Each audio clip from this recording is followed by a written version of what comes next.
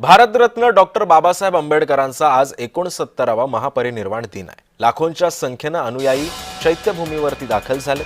चैत्यभूमीवर पोलिसांचा चोख बंदोबस्त सुद्धा तैनात करण्यात आला आहे। आज सकाळी 8 वाजता मुख्यमंत्री आणि दोन्ही उपमुख्यमंत्री अभिवादनास पोहोचणार आहेत। उद्धव आणि आदित्य ठाकरे सुद्धा या ठिकाणी दाखल होणार आहेत।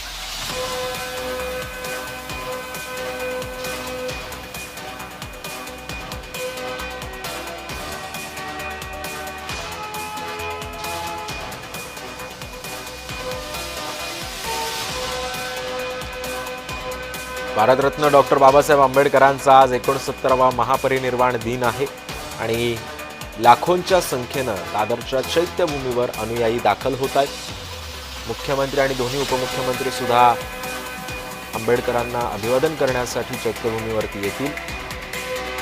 सकाळी 8 वाजता मुख्यमंत्री आणि दोन्ही उपमुख्यमंत्री अभिवादनाला पोहोचणार आहेत। सोबतच ठाकरे पिता पुत्र सुद्धा या कार्यक्रमाला पोहोचतील।